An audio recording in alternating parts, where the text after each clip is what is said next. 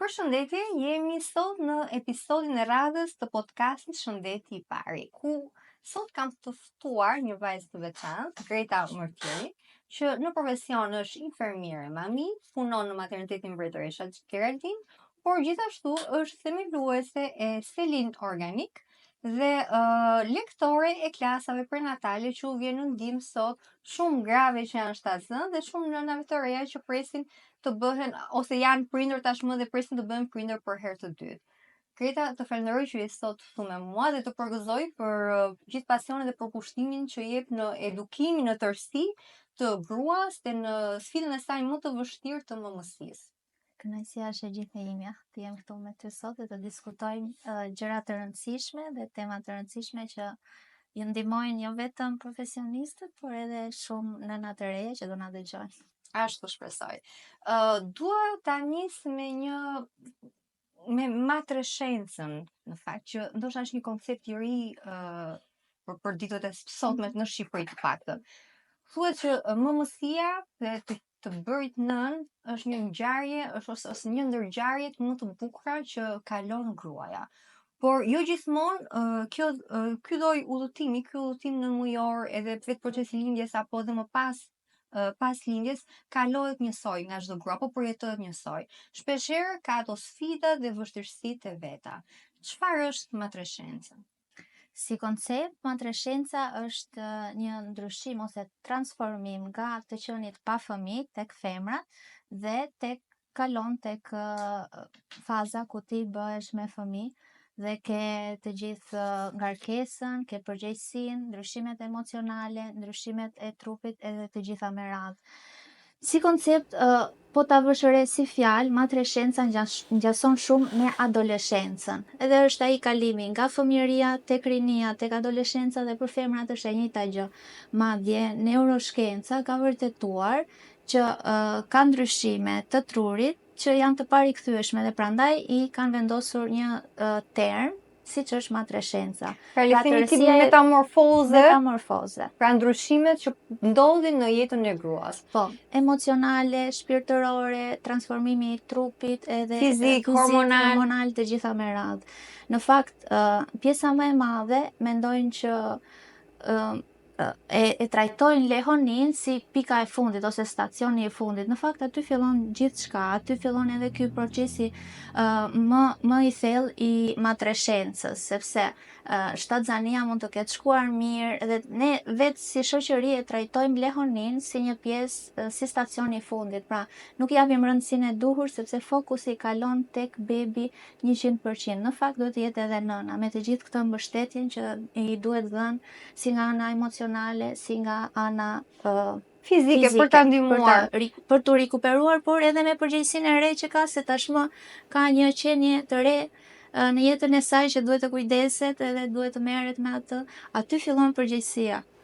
Unë mendoj që të paktën edhe kur provova vetë, e shikoj gruan në procesin e mëmësisë të veshur me disa fuqi mbi njerëzore, do të them disa veçori divine, do thosha, jo toksore, jo njerëzore. Pikërisht janë këto fuqi ndoshta të që bashkë me atë dashurinë e pa mas, pa dimension që ka nëna për krijesën e saj, gjë që bën që ky proces metamorfoze të kaloj me sukses dhe pa ato problemet e veta në rast se nuk doja dilnim dot. Përmendëm trurin dhe le të kapim pak me studimin e fundit që tashmë është fakt që truri i gruas shtatzën zvoglohet, kurret. Dhe si përkthehet kjo në fjalë të thjeshta, çfarë heq gruaja?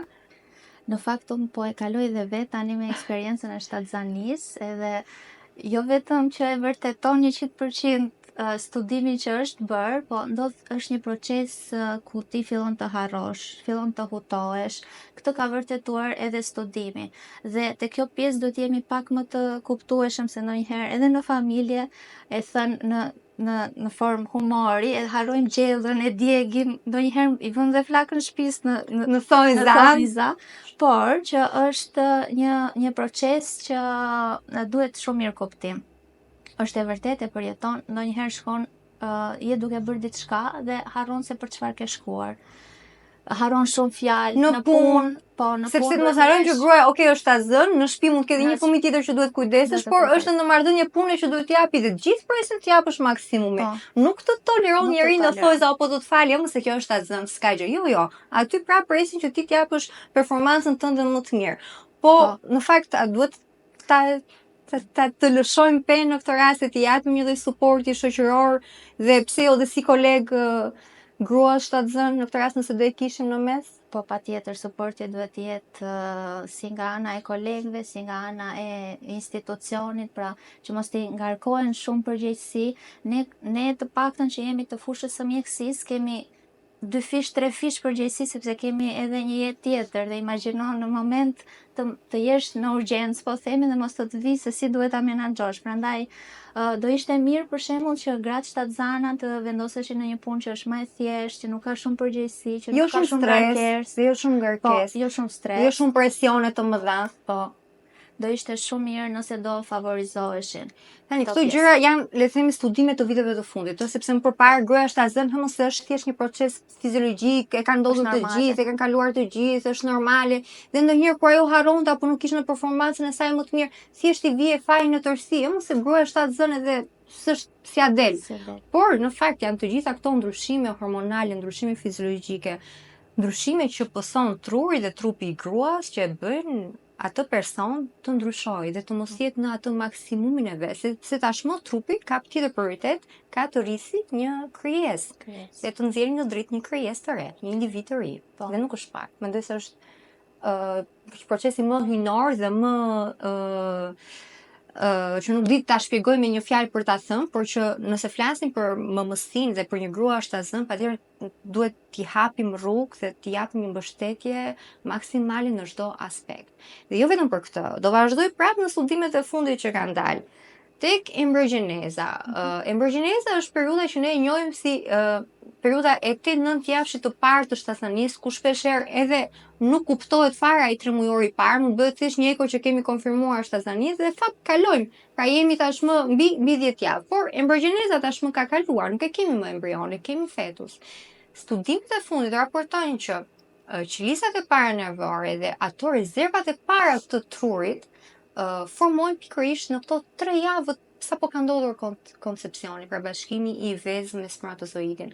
Dhe gjatë jetës intrauterine, çdo ndryshim që pëson gruaja, qoftë në periudhën e stresit, qoftë në periudhën e disbalancës hormonale, nuk ushqehet mirë, është në mos ushqyerje në sasinë e karbohidrateve, proteinave apo vitaminave që duhet të marrë, është parë që ndikon në sistemin nervor të bebit. Dhe rrjedhimisht ky sistem nervor ka prirë që ky fëmijë nesër të jetë më i prirur për shkak për të bërë ankth, për të bërë depresion, pra cilësia e një fëmijë që ne sjellim në jetë. Pikërisht i ka gjurmët që këtu në jetën intrauterine. Çfarë duhet bëj gruaja shtazën? A jemi ne mjaftueshëm të ndërgjegjësuar për këtë fakt dhe sa i rëndësishëm është ky udhtimi 9 mujor, apo akoma shikohet se është thjesht një shtazani dhe ti duke ngrënë edhe kaq edhe do vi, si gjithë të tjerë, si më përpara. Apo kemi koncept tjetër tashmë, dhe duhet t'i kushtohet tjetër vëmendje atyre 9 muajve.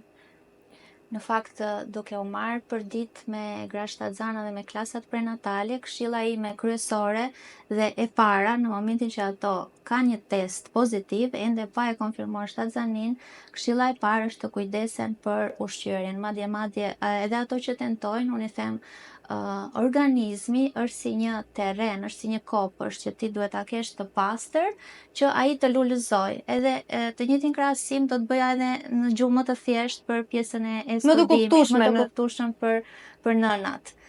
Pra, nëse ti ke një kopësht shumë të bukur, atëherë do kesh edhe lule më të bukura. Dhe në të njëjtën formë i këshilloj që të bëjnë kujdes sidomos me ushqimet e procesuara, sidomos me fast foodet, të merren me aktivitet fizik, nuk është e thënë që të ndjekin palestrën me domosdoshmëri, apo të ngrenë pesha të rënda, s'është e thënë që por duhet mund të bëjë një ecje, natyra, meditimin, e këshilloj shumë meditimin, ka aplikacione, ka webe të ndryshme që mund ta bëjnë edhe falas, nuk është nevoja që të shpenzojnë shumë të mëdha për të ndjekur klasa joge apo meditimi, sepse është në tërësi pastrimi i trupit ose mirëqenia e bebit, oksigjeni që ai merr që në fazat e para, ushqyerja se çfarë ne i çojmë. Së pari është tek ne, se nëpërmjet gjakut ton do reflektoj tek bebi. Nëse ne hedhim, le të themi, mbeturina trupit ton, atëherë ajo do reflektohet edhe në të ardhmen, madje kanë gjurmë se si do jetë jeta e bebave, domethënë edhe për shkak të sëmundjeve kronike që janë shtuar, po të shikojmë kemi një numër shumë të lartë të rasteve, dëgjon fëmijë që janë obez, fëmijë që janë me diabet, alergjia shumë e përhapur. Madje në një studim tjetër që kam lexuar thoshte që shkaku i shumë alergjive mund të jenë edhe këto ushqime genetikisht të modifikuara dhe kjo mund të ketë rritur rastin e alergjive. Dhe jo vetëm kjo, më thënë, po gjithmonë studimet po thënë që ushqime të rësi apo aktiviteti fizik bëjnë për shkakun që te cikli menstrual të vijë më herët e vajzat në pubertet. Kemi një zhvillim fizik më të hershëm në zhvillimin e shenjave seksuale sekondare, 9 vjet që vjen cikli menstrual. Pra ka diçka që nuk po shkon siç duhet, sidomos në stilin modern të jetës, në mënyrën se si ne ushqemi, në mungesën e aktivitetit fizik, jeta pasive, qoftë grua 7Z, qoftë fëmijës nesër që vjen. Pra, kur ti ke një grua që planifikon një shtazani, ti e the shumë bukur, përgatitë kopshtin, pastroje kopshtin, bjerë në peshë nëse je mbi peshë, nëse je nën peshë, shtohu dhe hajde ushqiu mirë me ato sasitë e duhura që të arrish peshën tënde trupore dhe të nisi një shtazani në peshë trupore normale, sepse ndryshimet në peshë mbi obeziteti apo nën ushqyera dhe të qenë nën peshë prap kanë ato problemet e veta. Marrja e mikroelementeve siç është hekuri për shembull, ne e dimë që një grua që është anemike dhe që vazhdon aneminë edhe gjatë shtazësanisë ka risk për lindje premature, për beba me peshë më të vegjël në peshë, pra lindjen më të vegjël se ç'duhet të lindin. Kështu që e dim që kanë këto probleme të veta. Jo çdo gjë mjekohet me dhënien e një vitamine. Vitamina nuk bën magji. E rëndësishme është ushqimi. Ushqimi një, e dyta kontrolli i çrregullimeve hormonale, për shembull sëmundja e tiroides apo probleme të tjera hormonale duhet të mjekohen paraprakisht. Stresi, na lë pak të stresi, sepse është një faktor ndoshta i pamatshëm, por kur ti ke një gruan që jeton në një shtëpi të stresuar, kur ka presion nga partneri, kur nuk ka mbështetje nga familja, kur është një mikroambient jo i këndshëm familjar që ajo të jetë i qetë, qoftë për të shjuar shtazanin, qoftë për ta nisur shtazanin, ky stres do të reflektohet në aspektin e saj hormonal, do na rrisi kortizoli dhe ne e dimë që stresi rrezikon për lindje premature, por jo vetëm, ndikon ka edhe në sistemin nervor të fetusit edhe të bebit. Kështu që për ata që na dëgjojnë, këto udhëtimin 9 mujor që gruaja e ka nisur, patjetër të mundohen të japim vëmendjen maksimale, mundësitë maksimale që ta lodhim sa më pak. Ta lodhim sa më pak në punë, ta lodhim sa më pak në shtëpi, pse jo të gatuajmë ne dhe ajo ta gjej gati drekën. Fëmijën nëse është fëmia i dytë, ky që po presin fëmijën e parë, ta mbaj pak gjyshja apo nëna apo babai në këtë rast. Pra të mos ja lëm të gjitha ato barrat mbi shtëpinë, ngarkesën mbi shtëpinë. Dhe me që jemi tek jeta intrauterine dhe rëndësia që ka, pra cilësia e ushqyerjes dhe çfarë bebi sillim në jetë, është teoria e Barker, që ka vite tashmë që ka dalë, që thotë, teoria e Barkerit konsiston që bebet që lindin me peshë më të vogël dhe nënat që nuk janë ushqyer ashtu siç duhet gjatë këtyre 9 muajve të shtazanisë, kanë predispozitë që këto bebe kur të rriten nesër të vuajnë nga sëmundje kronike si obeziteti, hipertensioni, dislipidemia, diabeti. Pra, po ta shikosh, në kohë që mund ma vazhdo si rrjedh mendimi, se e them përpara, shikojmë që kemi shumë njerëz që vuajnë nga diabeti, nga obeziteti, nga dislipidemia dhe nuk e dim pse. Çka ka ndodhur sot. Por përpos faktorëve jetësor, çfarë ham dhe çfarë pim aktualisht, një predispozitë gjenetike e mbartim që në jetën intrauterine. Po. Është e vërtetë në fakt se që aty fillojnë qelizat e para të krijohen. Dhe normalisht ka ndikim çdo gjë që ne kalojmë gjatë shtatzanisë tek bebi, jo vetëm tek pjesa e zhvillimit të trurit. Ka shumë studime që thonë siç e preka më përpara tek pjesa e meditimit, ndaj duhet të jeni të qeta që të ulet ky niveli i kortizolit që mund të ndikojë, plus bebet thonë që jo që në 9 javë, por më vonë që dëgjojnë, mund të komunikosh, mund të vendosësh muzikë për zhvillimin e trurit, edhe Ti e të tjera, ti flasësh, të dëgjosh flasësh, zërin e nënës, pra të të babait. ketë komunikimin, domethënë të filloj edhe komunikimi, por edhe ajo lidhja midis bebit. Përpost këtyre të tjerave, pastaj që i prekën për pjesën e ushqimit edhe se si ndikon në sëmundjet kronike në vazhdim.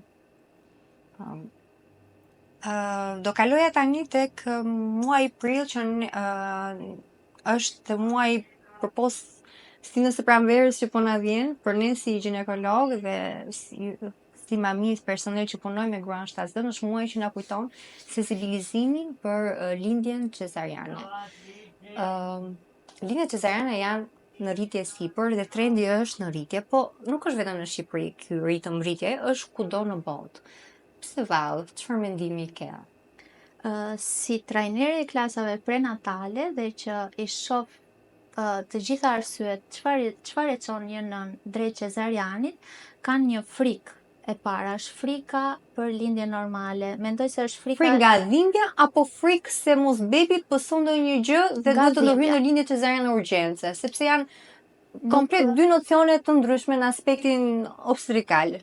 Në fakt, mendoj se është frikë nga dhimbja dhe nga e panjohura. Është një proces që ato nuk kanë dieni, nuk marrin informacionin e duhur, nuk kanë përgatitjen e duhur, le të themi emocionale, por edhe fizike.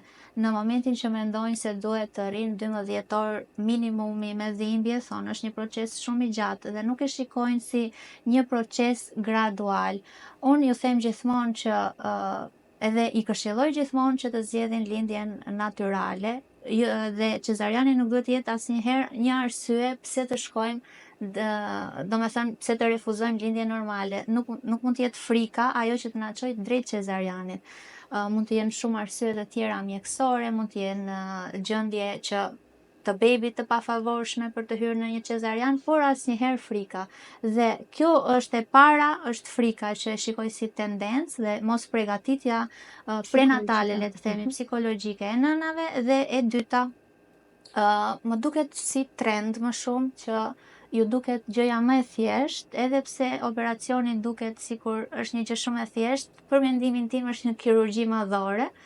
E tillë është, kirurgji madhore është. Po, duhet të jenë po t'jo shpjegosh që janë 7 shtresa aty që duhet të priten dhe duhet të rigjenerohen, dhe të riqepen masi priten. Atëherë jam e sigurt që do preferonin lindjen natyrale. Pra, e para frika, e dyta si trend dhe ju duket më komode, pra unë do mbaroj punë për 20 minuta dhe kam bebi në krah.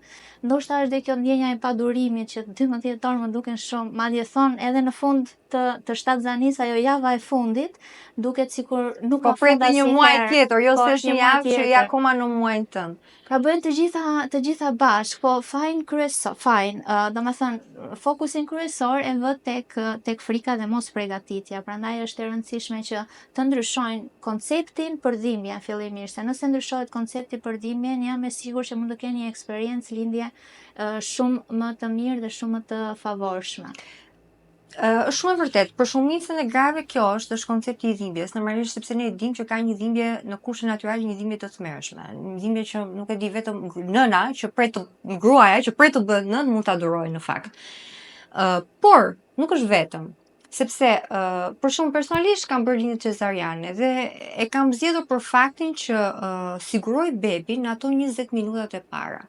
Mësën, 5 minutat e para sa po priten ato shtresat del bebi dhe them, ok, shqyqyr bebi është mirë dhe tani haj se unë do vuaj ato pasojat e qepjes e të të seksut cezarea, sepse ngjelet gjithmonë një operacion madhor dhe ka ato komplikacionet e veta. Mezi e merr veten ditën tjetër, ndryshe nga një lindje natyrale, ditën tjetër lindja natyrale për 3 orë çohet në këmbë dhe zëri se u bë gati për t'ikur në shtëpi. Ndërsa kur je cezariane, jo, nuk lëviz dot. Akoma s'të ka dalë anestezia, nuk lëndjen dot këmbët e tua, me gjirin mezi lidhesh, fëmin mezi çohesh ta kapësh, pra bësh për ditën e nesërme që ti të kesh atë kontaktin e plot me beben. Dhe përpost komplikacionet të plagës që janë probleme të tjera që i ka lindja cezariane. Por mendoj që një rritje është sepse sot gruaja vjen në një moshë më të madhe kur ngel shtatzën. Vjen 30 të rreth të 30-tave, le të themi. Pra nëse dikur që tek 23, 25, që afronte më shumë dhe të 20-ta, sot na vjen tek 30-ta e para. E dyta, ka shumë informacion. Aq informacion sa që ti shikon në foto lindje cezariane, o bukur, ose ndonjëherë dhe jo informacion të saktë, apo tjetër jep shembull ti tipik që për lindje cezariane shkoj shumë mirë, për 2 minuta mbarova punë, apo për 1 orë maksimum mbarova punë, bebi është mirë, ndërsa kur dëgjon versionin që ti e the një lindje natyrale mund shkoj 12 orë, 14 orë, ndonjëherë dhe 16 orë kur është lindja e parë dhe be pak më i madh e do kohën e vet që të zbresi. Dhe tjetra është se kemi fertilizimin in vitro, infertilitetin, pra vin shtazanim me shumë mund, mas shumë vitesh tentative përpjekje dhe me shumë shpenzime ekonomike. Dhe ndonjëherë lindja cezariane duket si një përfundim shumë i shpejt i një rezultati që ti mezi ke pritur. Dhe ka një tendencë që prapë dhe këto rastet me IVF dhe ne si obstetër ginekolog përgjithësi i përfundojmë me lindje cezariane.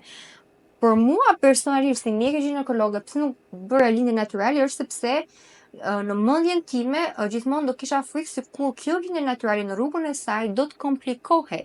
Pra bebi do vuante për një arsye që ne s'e dim apo nuk merret vesh, por gjithmonë ekziston një përqindje e vogël që bebi të bëj soferencë, pra vuajtje në rrugët e lindjes dhe ti i detyruar të futesh në seks cezarea urgjente. Dhe pikërisht ai ankthi që po sikur ti ishte bebi im dhe pse ta lë bebin të vuaj, ndoshta anova më shumë te një lindje cezariane. Por të dyja kanë ato komplikacione dhe efekte anësore të veta. Gjithsesi, ajo që rekomandohet rutinë kur nuk ka një arsye të mirëfillt mjekësor për lindje cezariane, patjetër që është lindja natyrale, rruga fiziologjike më e mira për gruan, por edhe për bebin. Ndërkohë ti vet, si do doje të lindje, me që të kemi shtatzën, në 3 muajin e dytë të shtatzanis, avash, po më duket larg ndonjëherë, por besoj që në mendje gjithmonë mendon po si do lind. Si do e preferoj lindjen tënde? Në fakt, nuk është se e kam këtë pyetje, sepse e kam të sigurt të detyruar për arsye shëndetësore cezarianin. Fatkeqësisht e them sepse do preferoja lindje natyrale. Për të gjitha benefitet që merr, unë nuk preferoj, ne si profesionist gjithmonë shikojmë atë anën e komplikacioneve dhe kur shikon shumë, kur gjithmonë mendojmë më të keqen. Edhe kur shikon shumë raste, gjithmonë thua, po sikur të jem unë ai rasti, siç e thatë edhe ju, nëse bebi im do vuaj. Në fakt unë kam zgjedh, nëse do zgjidhja, do shikoja tek pjesa pozitive, tek kjo pjesa e rikuperimit. Në fakt sallat e operacionit më tremin dhe asnjëherë nuk kam punuar në një sallë operacioni vetëm për ankthin që më jep salla e operacionit.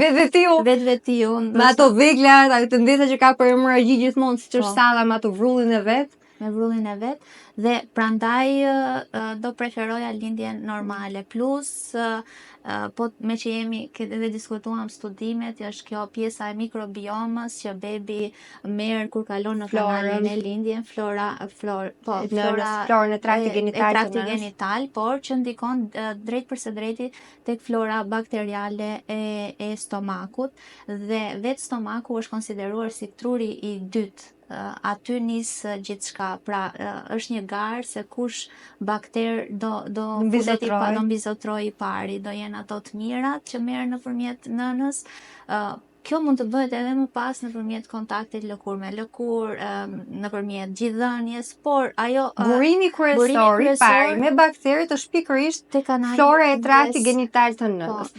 Ndaj e kam menduar, domethënë do doja, por që është një dëshirë e parealizueshme. Për shkak të numrit të syzeve, besoj, për arsye okulistike kësaj radhe? Po, arsye okulistike dhe për shkak të diagnozës, në fakt, jo për shkak të numrit. Për shkak. Okej. Gjithsesi, me që jemi në muajin e ndërgjegjësimit, mendoj që çdo grua në muajin e ndërgjegjësimit për seksin cesarean duhet ketë të qarta çfarë janë të mirat dhe çfarë janë ato efektet ngasore të qoftë operacionit, qoftë të lindjes natyrale. Duke pasur informacion, ti je më i bindur dhe më e sigurt për vendimin tënd. Në fakt vendimi është bashkë me mjekun ginekolog dhe çfarë rekomandon ai, pra nuk është thjesht një vendim personal, dua unë tani të lind me cezarian dhe hajde. Pra është një kombinim i të dyve. Me që jemi tek lindja natyrale. Lindja natyrale ndonjëherë ka, le të themi, ato problemet e veta, dhe ndër më të zakonshme dhe më të shpeshta që ne hasim në praktikën tonë, janë ato laceracionet e dyshemens pelvike apo epiziotomia, që e bëjmë ndonjëherë për ndihmuar kokën e bebit kur koka është më e madhe, apo për ta bërë bebin të lindi pak më shpejt, ne ndihmojmë duke bërë epiziotominë e dyshemens pelvike. Pra është ajo grisja me grëshër që ndihmon daljen e kokës së bebit.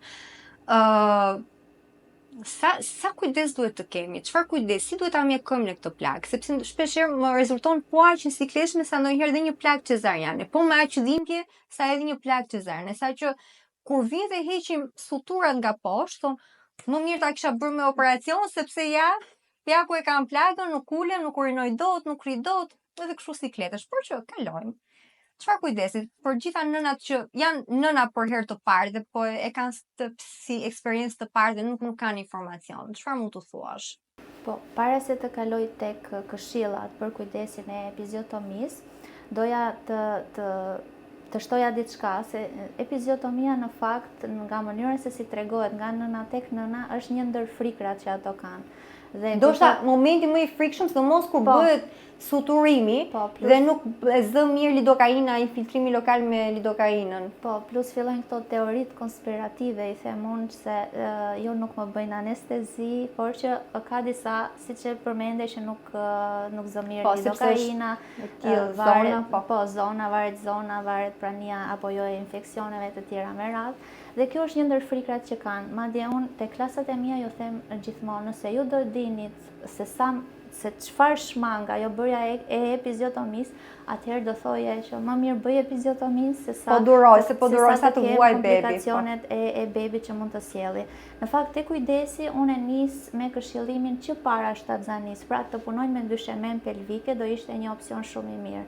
Ushtrimet e Kegelit janë një opsion që unë i këshilloj shpesh të fillojnë që gjatë shtatzanisë, sepse ndoshta rikuperimi edhe kjo pjesa e laceracioneve do jetë më e vogël dhe rikuperohet shumë më shpejt si tonus edhe rigjenerohet shumë më shpejt. Po, pjesa e masazhit perineal, për shembull që shumë pak e njohin dhe as pak në praktik, nuk e praktikon zëra asnjë. Askush, masazhi perineal për shembull mund ta fillojnë që në javën e 36. Me masazh me ndonjë xhel, përdorim ndonjë xhel apo thjesht kur bëjmë dush në vask, si bëhet masazhi perineal? Masazhi perineal ka vajra të posaçëm që janë organik dhe që mund të bëhet masazhi perineal, nuk ndikojnë as tek prishja e florës bakteriale, por edhe bën më të thjesht masazhin.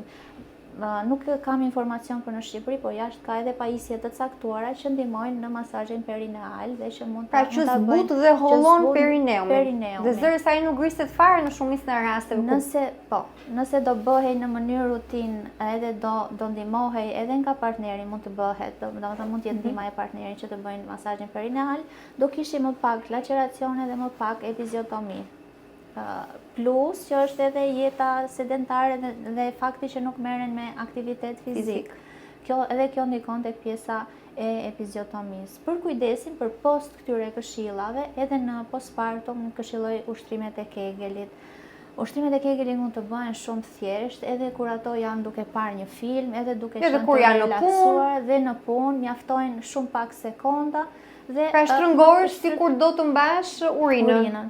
Ai tonizimi atyre muskujve shtrëngon, mban pak dhe liron. Pra këto janë ushtrimet e Kegelit. Nuk është e nevojshme që patjetër të marrësh një pajisje, si shikon ndonjëherë video në YouTube për dyshemen pelvike. Për ushtrimet e Kegelit mjafton ti jesh vetë dhe me pak mendim që të përqendrohesh tek muskujt. Edhe tek pjesa të thjeshtë të krijosh atë fokusin tek muskujt, tek pjesa e frymarrjes dhe relaksimit të muskulaturës dhe ndihmon në rigjenerimin. Për post kësaj, edhe këshilla që do shtoja është që kujdesi ose higjiena të jetë maksimale, pjesa e pecetave higjienike të zgjidhet, jo jo Sepse rutinë janë për të të qenë detyruar të pambukur. vendos linjës më të madhe se norma, sepse janë akoma është cikël menstrual e them më i ngarkuar. Hemorragjia atyre 3-4 ditëve, qoftë lindje natyrale, qoftë cesariane, është e konsiderueshme. Por të zgjidhen linje sa më i përshtatshëm për lëkurën e atij personi, të ndrohet sa më shpesh, nuk është e thënë që patjetër do të presësh që të mbushet që ta heqësh. Kompresat, për shembull, unë i sugjeroj pas lindjes kompresat e ftohta. Tani ka edhe peceta të gatshme që janë me ftohje, por mund t'i bëjnë shumë thjesht edhe në shtëpi. Në mënyrë praktike, për shembull, merr një nga ato pecetat normale, e lyen me gjel aloe vera, e vendos në ngrirje dhe pastaj e vendos si kompres. Sepse ule demën dhe e qetëson zonën. Po, edhe dhimbjen e pakson. Po. Sidomos ato 2 ditët e para që aty është plagë vërtet. Plus duhet të kem parasysh që mos të krijojnë presion, mos të rinë për shumë kohë të gjatë ulur, kur janë në tualet. Shumë e kam vënë re që shumë nuk kërkojnë ndihmë edhe tek pjesa e konstipacionit pas lindjes. Nuk kërkojnë mendimin e ginekologut për shembull që se ndoshta është pak edhe sikletshme dhe janë pak se kam dhimbje, nuk defekoj dot. Konstipacioni dhe hemoroidet në fakt bashkë me konstipacionin vijnë paralelisht me shtazani dhe me ndryshimet hormonale që pëson. Po ajo periudha, ato 2-3 ditë që ti duhet të marrësh veten, të kthesh lëvizshmërinë e zorëve, të çohesh vetë në këmbë dhe ta bësh të gjë pa dhimbje në tualet, rrallë ndodh. Shumica e përjetojmë si eksperiencë jo të mirë dhe zakonisht aq sa që mbajmë më dhimbjet e lindjes, mbajmë më dhe këto dhimbjet e lehonis pas kur je në shtëpi dhe je vetëm dhe s'ke dhe askujt t'i ankosh apo të kërkosh ndihmë. Çfarë të kem parasysh në këto 2-3 ditë për të shmangur konstipacionin pra, apo për të ushtruar sa më pak presion në zonën që tashmë është e brishtë e ka një plagë? Po, e para është ushqyerja dhe hidratimi, që janë 2 gjërat kryesore. Pra të kenë kujdes me ushqimet, jo ushqimet thata, duhet të bëjnë për shembull kombinime dhe të rrisin fibrat, domethënë ushqyerjen e tyre. Hidratimi duhet të ujë me shumicë. Por nëse asnjëra nuk funksionon, se jo çdo organizëm është i njëjtë, nëse asgjë nga këto nuk funksionon, patjetër që mund të kërkohet mendimi i ginekologut, me të cilën mund të marrë dhe mjekim për të lehtësuar, laksativ për ta lehtësuar dhe nuk është nevoja që të krijohet presion.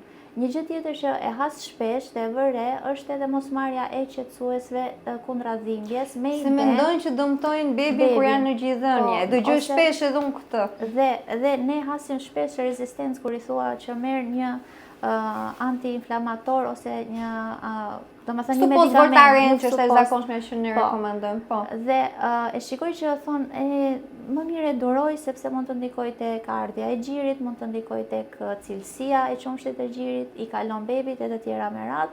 Dhe ky refuzim pastaj dhe përballimi ose domethënë në momentin që ti ndjen këto dhimbjet edhe i duron dhimbjet, ndikon edhe negativisht edhe tek pjesa e ardhjes së qumshit të gjirit. Sepse trupi jot është në stres, është në dhimbje, nuk mund të funksionojë në ato performancën e tij më të mirë. Kështu që më shumë bëjnë dëm të rastë që nuk e marrin qetësuesin se sa ndihmojnë, sepse bllokon domethënë direkt bllokon receptorët e oksitocinës, që është shumë e rëndësishme për rrjedhjen e qumshit të gjirit. Dhe një gjë tjetër me betadinën. Më ka ndodhur sepse u thuhet ose të paktën ato orët e para mjekojnë me betadinë në maternitet. Dhe vazhdojnë me këtë ritëm dhe në shtëpi, por duke lyer për ditë me betadinë, një rast ishte bërë kuq, ishte djegur më sa nga betadina, se betadina bën erozion në rast se ti e lyen në të njëjtën intensitet ose sidomos në rast se ti e lyen dhe lë të lagur. Pra ajo zona e plagës edhe nëse lyhet me betadinë, ato 2 ditët e para, le të themi, ato 24 orët e para, duhet që të mbahet e thatë, ti e lyen dhe e than. Dhe mësisht ta aerosësh dhe pastaj të vendosësh linjesin apo garzën para. Si rekomandon, çfarë të përdori pas për lyrje apo për rigjinerim? Pra jo betadinë për 7 ditë. Jo. Në fakt unë dhe pas daljes nga materniteti nuk e këshilloj fare këtë larje. Pra mjafton ato 24 orët e para dhe kaq. Sepse mund të ketë domethënë mund të ketë incidente të tilla dhe unë i kam parë shpesh, sidomos kur vinin aty në urgjencë të plagë të acaruara nga betadina, jo vetëm të epiziotomisë, por edhe të plagës operatore. Njëjta gjë, po. Njëjta gjë dhe mjafton një higjenë e mirë e plagës. Unë personalisht nga trajnimet që kam bërë jashtë, për shembull, i këshillojnë shumë dezinfektimin me ujë fiziologjik, tharjen e mirë dhe patjetër aerosjen. Unë gjithmonë i këshilloj 10 minuta në ditë të rinë të aerosin plagën, qoftë ato operatore, qoftë të epiziotomi, sepse oksigjeni është medikamenti më i mirë. Plus mund të ketë edhe, do me thënë, medikamente, le të themi kremra me përbërës bimor, si aloe vera, hyaluronik, me vitamin E për shembull që mund të rigjenerojnë zonën, ose edhe larësit që nuk ndikojnë tek pH-i vaginal, larësit që janë organik dhe nuk kanë alkoole apo shtesa të ndryshme, mund të jenë një opsion i mirë për të dezinfektuar natyral të zonës së tratit genital, sepse është një zonë delikate, nuk është një zonë sterile. Aty gjithmonë ka baktere. Ti duhet të ruash aty të ekuilibrin baktere të mira dhe baktere të këqija. Nëse ti abuzon, qoftë me betadinën, djeg ato baktere të mira, djeg dhe dëmton shtresat sipërfaqësore të lëkurës. Pra nuk bën mirë, nuk është se ti e bërë atë zonë sterile. Kur nuk është zonë sterile. Shpresoj që nuk rigjenerohet dhe vështirë pastaj më shumë e lëndon dhe mban si plagë të hapur, se sa i jep mundësi që ajo të mbylli buzën dhe të vi bukur në mbylljen e saj. Erdhëm te momenti që kaluan ato 7 ditët, 7-10 ditë për suturat, sepse jo të gjithë e dinë që ato sutura duhet hiqen, sepse kur i thuhet maternitet, pra suturat janë më thënë të tretshme. Kur kalojnë ato 4-6 javë maksimumi, vetreten, përthan ose mund të bien vetë ju. Por ne në sferën tonë, në fushën tonë, kemi qef që ato suturat e jashtme ti heqim, apo jo? Ka raste, do me thënë që vonon pak ky absorbimi i pejnëve dhe shpesh nënat shqetësohen ose edhe mund t'i bezdisin. Këshilla ime gjithmonë nuk është që shkonin në maternitet për të hequr pejnët, por për t'i kontrolluar, sepse mund të ketë në një pejë që është më i shtrënguar, mund të ketë nyje që e bezdisin dhe që nuk e lën plagën të rigjenerohet dhe nënat të jetë e qetë. Pra, ideja nuk është që ta dinë që duhet të shkojnë për t'i hequr pejnë, sepse është në varësi të plagës, se si është bërë qepja, por të venë patjetër një rikontroll të mjekut edhe se çfarë mendimi, unë gjithmonë ju them, postpartumi nuk mbaron aty, duhet jeni patjetër në kontakt me ginekologun tuaj për pjesën e plagës, të gjakderdhjes, sepse edhe të hemoragjisë postpartum. Shpesh kur bëjnë temperatura pas lindjes, ato mendojnë që mund të jetë vetëm pjesa e gjirit dhe apo një virozë, se është e lodhur, thosëm ka kap viroza, ndërkohë anashkalojnë pjesën e mitrës. Ndërkohë aty është një endometrit për shembull, dhe që patjetër është një urgjencë e fushës tonë që duhet vlerësuar, duhet mjekuar dhe duhet shtruar në këtë rast gruaja. Tek këshillat e tjera që unë ju jap nënave gjithmonë ju them këto shenjat e alarmit ose le të themi ose shenjat që kur duhet të drejtojnë në spital ose tek ginekologu. Pra që është një plagë që është e enjtur dhe që pulson le të themi ose kemi sekrecione me erë të rëndë, pjesën e temperaturës me patjetër që nuk duhet ta lënë pas dore, por edhe shkarkime jo normale ose kur kemi një hemoragji të bollshme me koagula të mëdha, dhe këtë nuk duhet ta lënë pas dore, sepse shikoj shumë raste që e lën deri në fazë të fundit dhe pastaj shkojnë tek mjeku, çfarë do më bësh ti tani? Po, dhe ti nuk di nga t'ja nisësh në atë fazë. Mund t'jetë bërë shumë anemike, ka humbur shumë gjak, është një endometrit i shprehur, apo ndonjëherë është një plagë e superuar, e infektuar, që ndonjëherë të bën jo ndonjëherë, po shpeshherë duhet që ta rihapësh ndonjëherë nga fillimi, të pastrosh buzët, të heqësh pjesët qelbëzuese dhe ta riqepësh. Pra shkon në një operacion të dytë. Prandaj ky kontrolli që duam të theksojmë të dyja bashkë në këtë rast, që pas një jave, është jo thjesht për të hequr ato suturat apo nyjet e jashtme, por është më shumë për të kontrolluar nëse buzët e plagës janë mbyllur dhe ajo ka shkuar çdo gjë në atë ecurinë e pritshme, sepse jo rrallë ka ndodhur që jo gjithmonë mbyllet, ndonjëherë dhe infektohet, përpos gjithë për kujdesit që ti bën, sepse është çështje imuniteti, është çështje predispozite gjenetike. Pra janë shumë faktorë që nuk i parashikojmë dot te çdo pacient si do jetë ecuria, qoftë plagës cezariane, qoftë edhe plagës së dyshemesë pelvike nga poshtë një lindje natyrale. Pas lindjes natyrale, më them që dyshemia pelvike nuk është më njësoj. Ky është fakt. Pra gjitha studimet thonë që sado mirë të shkojë ajo lindje, sado e vogël të jetë ajo koka e bebit, apo sado bebi vogël të jetë, pra presioni që ushtrohet gjatë procesit të lindjes në dyshemen pelvike dëmton deri diku fasjen e muskullit levator rani. Pra është ajo facja që vesh muskuj dhe që jep atë tonusin, po, krijon një lloj traume. Dhe dëgjoj shumë gra, ndoshta kur vinë për kontroll dhe janë më mirë dhe fillojnë dhe interesojnë dhe shikojnë që unë doktoresha sikur nuk ndihem më njësoj, sikur nuk kam më ndjeshmëri, sikur pra e ndjen këtë ndryshim. Nuk është më njësoj dhe ky është fakt, dhe nuk do jetë më njësoj. Pra edhe kur ti operon një bark për që nxjerr bebin në linjën cezariane, ai bark nuk është më njësoj. Ashtu është edhe dyshemeja pelvike. Tani, çfarë këshillash duhet t'i japim ne kësaj paciente që në vetvete ndoshta nuk e bën të ndihet mirë. Kjo pastaj do reflektoj edhe në jetën, në shëndetin seksual të kësaj gruaje, por gjithashtu edhe nëse nuk merren masa, kjo dysheme pelvike në një moment të caktuar, sidomos kur do pasohet me linjën e dytë apo të tretë ose me menopauzën, pra vjen në moshat e 50-ta që na lëshon dhe estrogeni, predispozon për prolapset, për rrëshqitjen e vezikës urinës, për problemet të urinimit dhe problemet të tjera që lidhen me dëmtimin e dyshemes pelvike. Dhe sot, le të themi, aq punë sa që kemi me gratë që lindin, aq punë kemi me gratë që vuajnë pasojat e lindjes natyrale, pra dëmtimet e dyshemes pelvike. Çfarë duhet të bëjë gruaja që të mos arrijë në këtë fazë, në prolaps apo në problemet të urinimit që s'mbajmë dot urinën? Po, në fakt, sepse kujdesi fillon që sot kur është 28 vjeç dhe ka bërë një linjë natyrale. po, në fakt e përmendëm që janë tek pjesa e kujdesit për ushtrimet e Kegelit, të merren me një aktivitet fizik, kjo pjesa që bën masazhe perineale, mund t'i ndihmojnë dhe mund të minimizojnë të gjitha këto pasojat pas lindjes.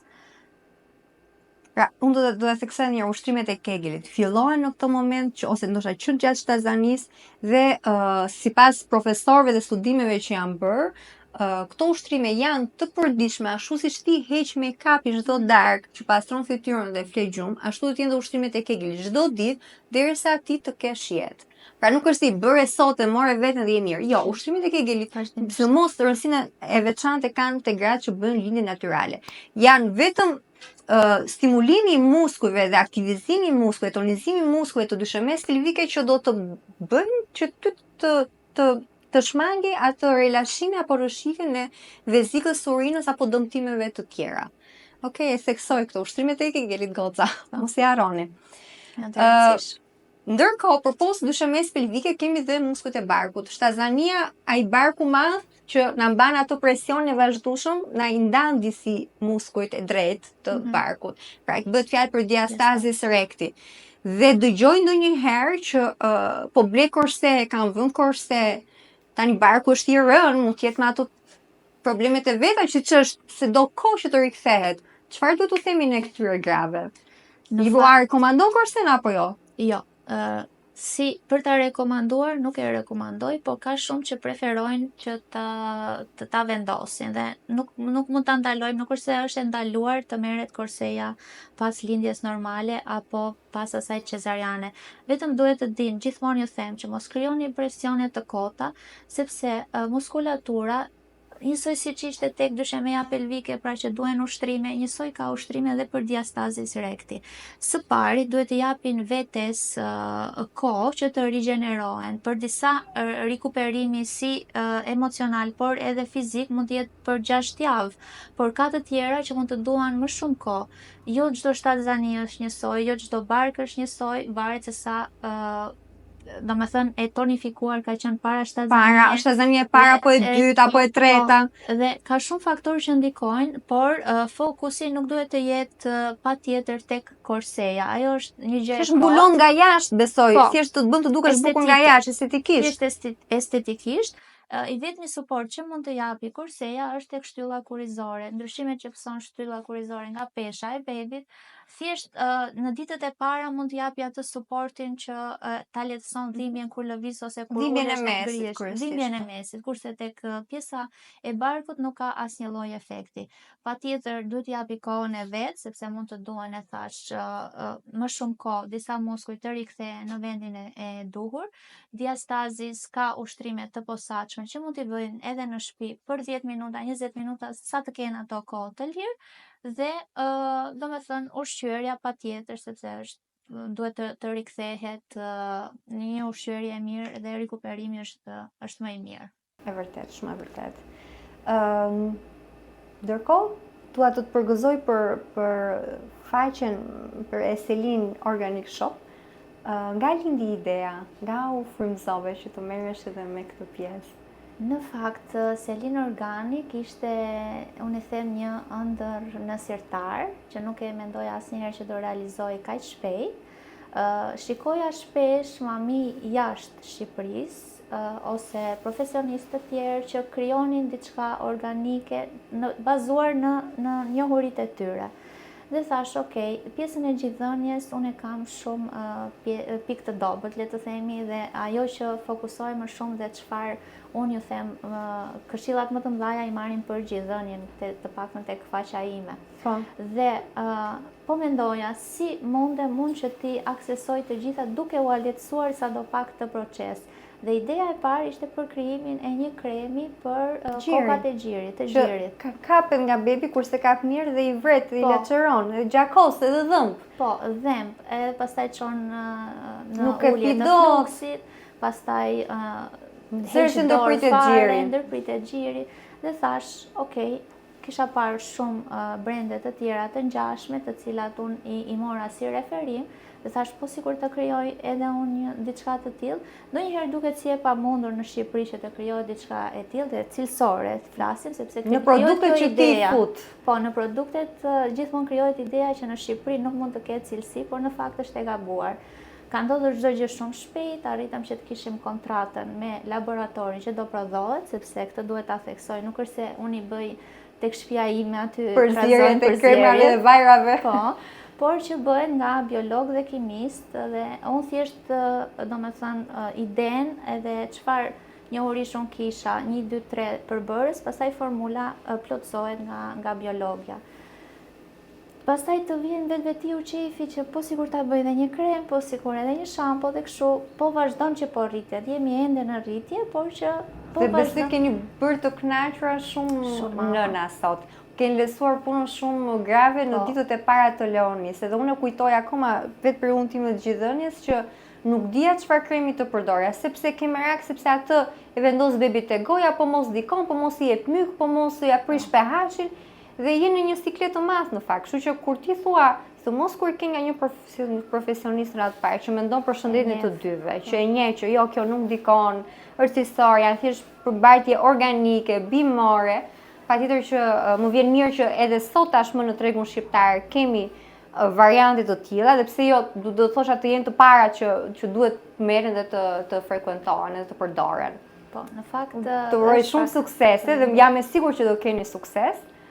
Shumë faleminderit. Në fakt jam pak skeptike kur thua që prodhohen në Shqipëri, por unë gjithmonë e them me krenari që po, prodhohen në Shqipëri, prodhohen nga një, domethënë janë ideuar nga një profesionist, mund ta bëj kushdo, pra nuk është një gjë e pamundur, por që duhet thjesht pak ide dhe pak buxhet. Për kushtim dhe dashuri. Të falenderoj shumë, Gerda. Faleminderit. Ishte kënaqësi.